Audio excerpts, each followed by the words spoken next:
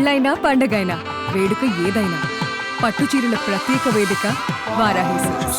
నమస్తే, welcome to Suman TV. నేను పద్మిని. ప్రస్తుతంతో పాటు ప్రముఖ ఆధ్యాత్మికవేత్త, వాస్తు జ్యోతిష పండితులు కేఎస్ఆర్ గారు మనతో పాటు ఉన్నారు. మాట్లాడదాం. సార్ నమస్తే. సార్ నమస్తే. ఎలా ఉన్నారు సార్? బాగున్నాను సార్. ఉన్నటువంటి 27 నక్షత్రాలు ఇంకా ఉన్నాయి నక్షత్రాలు, కానీ కన్సిడర్ చేసేది మాత్రం 27 ప్రధానంగా కదా. అయితే ఈ 27 నక్షత్రాల్లో కూడా డెఫినెట్ గా కాస్మిక్ ఎనర్జీ ఎక్కువ ఉండేటటువంటి నక్షత్రాలు ఉన్నాయి. అయితే ఆ నక్షత్రాలు ఏంటి అనేది మీ ద్వారా నేను తెలుసుకోవాలనుకుంటున్నాను. మరి మంచి కాస్మిక్ ఎనర్జీ నక్షత్రమేనండి మాది, కానీ జీవితం అంతా కష్టాలే ఉన్నాయి అనే వాళ్ళు కూడా ఉంటారు. ఎందుకని మరి అంత పవర్ఫుల్ నక్షత్రం అనే ఒకవేళ కన్సిడర్ చేస్తే ఎవరి జన్మ జాతకంలోనైనా దాని పవర్ ఎందుకని చూపించదు? ఓన్లీ నక్షత్రాన్నే బేస్ చేసుకుని ఇంకా వీళ్ళు మహర్జాతకులు అవుతారు అని చెప్పేటటువంటి పరిస్థితి ఉంటుందా? అసలు ఇంతకీ ఈ 27 నక్షత్రాల్లో ఏ నక్షత్రాలు పవర్ఫుల్ లేదా కాస్మిక్ ఎనర్జీ ఎక్కువ ఉండేటటువంటి నక్షత్రాలుగా మీరు కన్సిడర్ చేస్తారు? ఒక్కసారి మా ప్రేక్షకులకు చెప్తారా? తప్పకుండా. అయితే కాస్మిక్ రేస్ బాగా ఎక్కువ ఉండే నక్షత్రాలు అయితే కనుక ఖచ్చితంగా పుష్యమి, రేవతి. అంటే తర్వాత ఏవైతే ఉన్నాయో అవి కూడా చెప్తాను, కానీ బాగా అత్యధికంగా ఉండేవైతే పుష్యమి, రేవతి కదా. కాబట్టి మీరు ఒక ప్రశ్న వేశారు ఇక్కడ. అంటే ప్రశ్న కాదు, ఏమన్నారు వివరంలో చెప్పినప్పుడు మావి ఆ నక్షత్రాలు అయినప్పటికీ కూడా మేము కష్టాలు పడుతున్నామనో లేదా ఇంకో రకంగా పుష్యమికి చాలా ఉంటాయి సార్.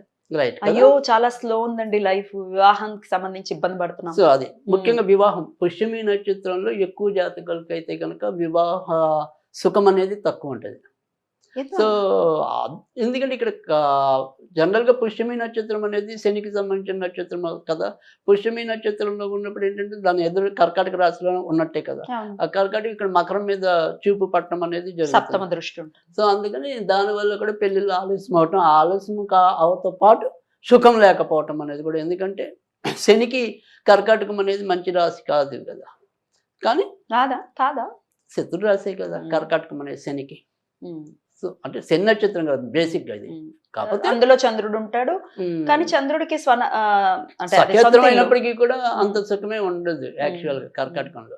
అంటే చంద్రుడిని ఒక బ్యారియర్ గా చూస్తా, కొరియర్ బాయ్ లాగానే చూస్తారు తప్ప ఆయనకి శత్రువులు మిత్రులు అనేది ఉండరు అనేది కూడా అంటూ ఉంటారుగా. ఇందులో నిజం లేదు. ఇప్పుడు నేను అందరితో బాగా మాట్లాడొచ్చు, కానీ వాళ్ళు నాతో మాట్లాడడం లేదు కదా. శనికి ఇష్టం లేదు అయితే చంద్రుడు, అంతేనా? అంతే. సో అలా అవతల వాళ్ళకి ఇష్టం లేనప్పుడు మనం అవతారం ముందుకెళ్తాం, 2 సార్లు ముందుకెళ్తాం, 3వ సారి మూతి మూసుకుని కూర్చుంటాం.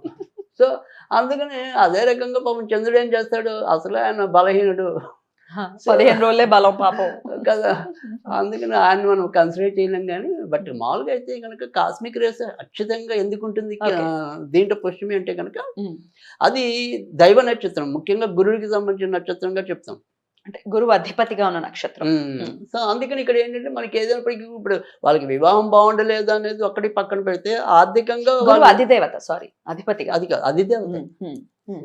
శని శని అధిపతి, గురువు అధిదేవత మనం మొదటి చెప్పాము. కానీ నా ఉద్దేశం ఏంటంటే వాళ్ళు ఆర్థికంగా మటుకు ఏదో విధంగా ఖచ్చితంగా పుంజుకుంటారు.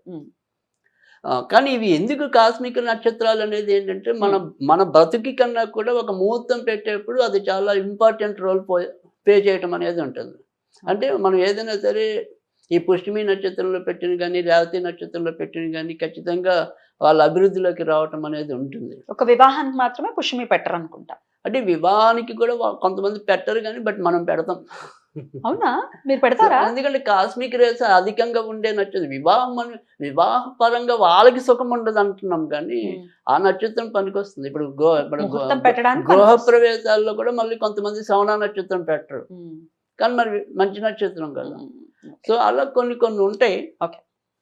కానీ కాస్మిక్ రేఖకి ఈ రెండింటికి అత్యధికంగా ఉంటాయి. తర్వాత మటుకు అశ్విని నక్షత్రానికి ఉంటుంది, మకా నక్షత్రానికి ఉంటుంది, తర్వాత శ్రవణ నక్షత్రానికి ఉంటుంది, ఉత్తరాషాఢ నక్షత్రానికి కూడా ఎక్కువ రేసెస్ ఉంటుంది, మళ్ళీ విశాఖ నక్షత్రానికి కూడా కాస్మిక్ రేస్ అనేవి ఎక్కువ ఉంటాయి. ఈ 7 నక్షత్రాలు మంచి బాగా పవర్ఫుల్ నక్షత్రాలు. అంటే ముహూర్తాలకి వాటికి, అంటే విశాఖలో సాధారణంగా పెళ్లి ముహూర్తాలు ఉండవు, దొరకవు. సో పునర్వసులు కూడా దొరకవు. కానీ మరి 2 గురు నక్షత్రాలు మామూలుగా అయితే, కానీ ముహూర్తాలు ఉండవు మీకు. సో ఇక మూడోది గురుడిది వచ్చేప్పటికి పూర్వభాద్ర పూర్వభాద్ర. ఒకటి తక్కువే, అంత నక్షత్రాల్లో ముహూర్తాలు దొరకవు. ఉత్తరభాద్ర చాలా ఎక్కువ ఉంటాయి ముహూర్తాలు, మళ్ళీ అది రేవతిలో శని కూడా- నక్షత్రం. రేవతిలో ఉంటాయి. కాకపోతే రేవతిలో ఉండే కాస్మిక్ రేసెస్ ఎక్కువ ఉన్నప్పటికీ కూడా రేవతి నక్షత్రం వాళ్ళకి ఒక్కోసారి వేరే వాళ్ళతో కూడా సంబంధాలు ఏర్పడడానికి కానీ, వేరే వాళ్ళ బరువు బాధ్యతలు వీళ్ళు తీసుకోవాల్సిన అవసరం కానీ కూడా ఏర్పడచ్చు. Okay. సో ఆ ఆస్పెక్ట్స్లో అది బాగుండదు. పెళ్ళయ్యే విషయంలో ఇది బాగుండదు పుష్యమి. కానీ నిజానికి రెండు కూడా అత్యంత శక్తివంతమైన నక్షత్రాలు. సో మనం దీన్ని ఎలా అర్థం చేసుకోవచ్చు అంటే కనుక, ఎప్పుడైనా సరే ఒక దాని మీద అంటే ఈ అటాచ్మెంట్స్ అనేవి తెగిపోవాలి మనకి జనరల్గా. అంటే ఎప్పుడైనా సరే మనం మోక్షానికి అర్హత పొందాలి అంటే కనుక ఖచ్చితంగా ఒక దాని మీద విరక్తి కావాలి. కరెక్ట్. సో ఈ పెళ్లి అనే దాని మీద విరక్తి వచ్చినప్పుడు వాళ్ళు ఇంకా యోగులుగా మారడానికి అవకాశం ఎక్కువ ఉంటుంది. డిటాచ్ అవ్వటం మొదలైతే గనక సోల్స్ ప్రోగ్రెషన్ జరుగుతుంది కదా. మన కాస్మిక్ అంటే ఏంటి? దైవిక శక్తి అంటున్నాం. సో ఆ దైవిక శక్తి అనేది పెరగటం వల్ల ఏమవుతుంది? అంత్యంగా మోక్షానికి అర్హులం అవుతాం. సో అందుకని దేని మీద అయితే మనకి విరక్తి రావాలో ఆ విరక్తి తెప్పించడం అనేది, అంటే సంసారం అనేది పెద్దది ఎక్కడ ఏర్పడుతుంది? పెళ్లి వల్ల ఏర్పడుతుంది. పెళ్లి, దాని తర్వాత పిల్లలు. అశ్విని నక్షత్రంలో కొంతమందికి పిల్లల రీత్యా ఇబ్బంది చూస్తూ ఉంటారు. అంటే అశ్విని నక్షత్రంలో పిల్లలు అనేది కాకు, పెళ్లి కూడా అయితే తొందరగా అవుతుంది, లేదంటే అశ్విని మక రెండు కూడా లేట్ అయినా పిల్లలు సార్, పిల్లలు అంత మరీ అంత ఇబ్బంది కలగకపోవచ్చా? మామూలు సర్వసాధారణంగా ఒకంత లేట్ ఉందండి, రేర్గా ఉండొచ్చు కానీ, బట్ మరీ అంత ఎక్కువ ప్రమాదం చూడలేదు. బట్ పెళ్లి వరకు అంటే మాత్రం అయితే తొందరగా అవటం, లేదంటే అలా డిలే ఉండటం అనేది ఉంటుంది. సో అక్కడ అంతవరకే. ఉత్తరాషాఢ బట్ సేఫ్ ఉంటుంది.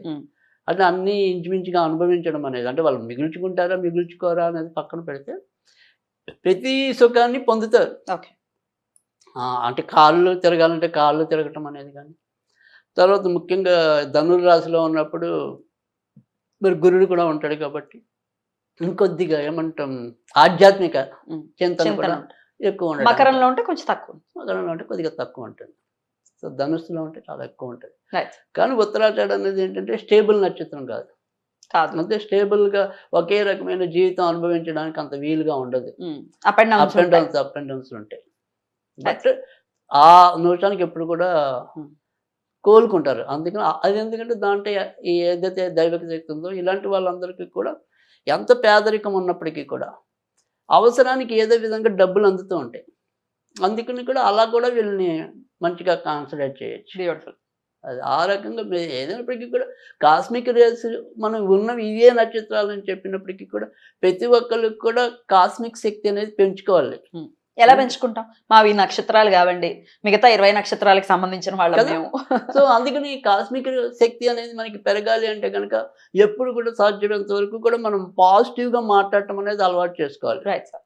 సో ఆ పాజిటివ్నెస్ అనేది వస్తే, అంటే ఏంటంటే నేను చిన్నప్పటి నుంచి ఇలాగే ఏడుస్తూనే ఉంటే వాడు జన్మంతా ఏడుస్తూనే ఉంటాడు. కరెక్ట్. సో నా ఏడుపు ఇంకా పోతుంది అనేది ఒక సంకల్పం అనేది. అంటే ఎప్పుడైనా సరే మనకి దీంట్లో రెండే చెప్తాం మనం జాతకంలోకి వచ్చి, ఒకటి పాజిటివ్ ఎనర్జీ, రెండోది నెగిటివ్ ఎనర్జీ అనేది. అంటే మన సైన్స్ భాషలో చెప్పాలి అంటే కనుక ధనాత్మక శక్తి, రుణాత్మక శక్తి అని మనం చిన్నప్పుడు విని ఉన్నాం. సో ఎవరికైతే ఈ ధనాత్మక శక్తి ఎక్కువ ఉంటుందో వాడి జీవితంలో దేవుని నమ్మినా నమ్మకపోయినా ఇంకో రకంగా వెళ్ళినా వాడు బాగుపడే ఉంటాడు. ఎందుకంటే వాడు భయభక్తి ధనాత్మక శక్తి ఎక్కువతో పుట్టాడు.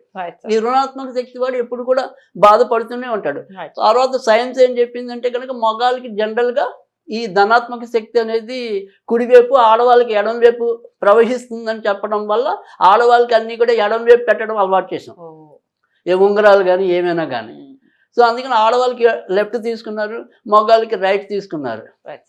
సో ఆ రకంగా కూడా చెప్పడం అనేది శాస్త్రం మొదట్లో. సో వాటి మీద ఇంకా విస్తృతంగా పరిశోధనలు జరగాలని నేను ఒక పరిశోధన ప్రియుడిగా కోరుకుంటాను. Right sir. ఇక ఏ దేవతారాధన ఇవన్నీ పక్కన పెట్టేద్దాం, సామాన్యులకు కూడా మరి ఉపయోగపడేలాగా వీడియో ఇవన్నీ పక్కన పెట్టేద్దాం. మన నక్షత్రాలు మాకు తెలియవు, కానీ మా జీవితాలు సన్మార్గంలో వెళ్ళాలి, ఒకంత సుఖవంతంగా వెళ్ళాలి అనుకుంటే ఏ ఆరాధన దోహదపడుతుంది సార్? ఖచ్చితంగా ఏదైనప్పటికీ కూడా ఈ శక్తి పెరగాలి అంటే కనుక నేనైతే దత్తాత్రేయుడినే చెప్తాను. అద్భుతం సార్. సో త్రిమూర్తి స్వరూపం. అందుకే ఎందుకంటే ఎవరు శివుని కొలవాల్సిన వాళ్ళు, ఎవరు బ్రహ్మను కొలవాల్సిన వాళ్ళు, ఎవరు విష్ణువుని కొలవాల్సిన వాళ్ళు తెలియదు కదా. సో అందుకని కామన్ గా దత్తాత్రేయుడిని పూజిస్తే అన్ని లభించినట్టే. ఎలా పూజించమంటారు, ఎప్పుడెప్పుడు పూజించమంటారు? అంటే మామూలుగా అయితే మీరు గురువారాలు పూజిస్తాం అనేది దత్తాత్రేయుడు అనుకోండి, సో అలా పూజించుకోవటం అనేది ఒకటి. తర్వాత రెండోది ఏంటంటే ఎప్పుడైనా సరే ఈ దత్తాత్రేయుడికి సంబంధించి చాలా చిన్న మంత్రమే కదా, ఓం దమ్ దత్తాత్రేయాయ నమః, ఓం దమ్ దత్తాత్రేయ నమః అనేది వీలైనంత సార్లు చదువుకుంటాం. దమ్మా సార్, ద్రామా? దమ్ము, ద్రాము, బోల్ అని రకాలు ఉన్నాయి. హా. దత్తాత్రేయ మంత్రాలు కూడా మీకు కనీసం నేను ఒక 108 ఇవ్వగలను. అద్భుతం. సరే, ఓం దమ్ దత్తాత్రేయ నమః కూడా అనుకోవచ్చు. రైట్. Right sir. ఆ రకంగా చేసినా కూడా మంచి ఫలితం మంచి ఉంటుంది. ఫలితం ఉంటుంది. లేదు అవే మంత్రాలతో లేకుండా ఇప్పుడు మన అందరు కొంతమంది మీరు పాత రోజుల్లో వాళ్ళని కనుక చూసినట్టయితే ముందు వెనక ఇప్పుడు వాసుదేవాయ వాసుదేవ అలా ఏదో అనుకుంటా, జై శ్రీరామ్ ఇలా అనుకుంటుంటాం కదా. అలా మనం కూడా జై గురు దత్త, జై గురు దత్త, జై గురు దత్త అనుకుంటే అయిపోయాయి. ఎగ్జాక్ట్లీ. సో అదే పెరుగుతుంది శక్తి. కరెక్ట్ సార్, అదే. చాలా చక్కగా తెలియజేశారు. దత్తాత్రేయుడు అనుగ్రహం చేత ఇవన్నీ పక్కన పెట్టేసి ఎనర్జీ లేదు, లేకపోతే ఈ సమస్యలు ఉన్నాయి మీద అన్నట్టుగా నెగటివ్ ఆలోచించకుండా పాజిటివ్ గా ఆలోచించడం మొదలు పెట్టి పాజిటివ్ మన వైపు కూడా కొంత పాజిటివ్నెస్ రావాలి. డెఫినెట్లీ మారుతుంది పరిస్థితి అనే నమ్మకం ఉండాలి. ఇక్కడ మొదలైతే అన్ని మారుతాయి. అన్ని మాత్రమే. చాలా బ్యూటిఫుల్ గా ఎక్స్ప్లెయిన్ చేశారు సార్. కృతజ్ఞతలు. నమస్తే సార్.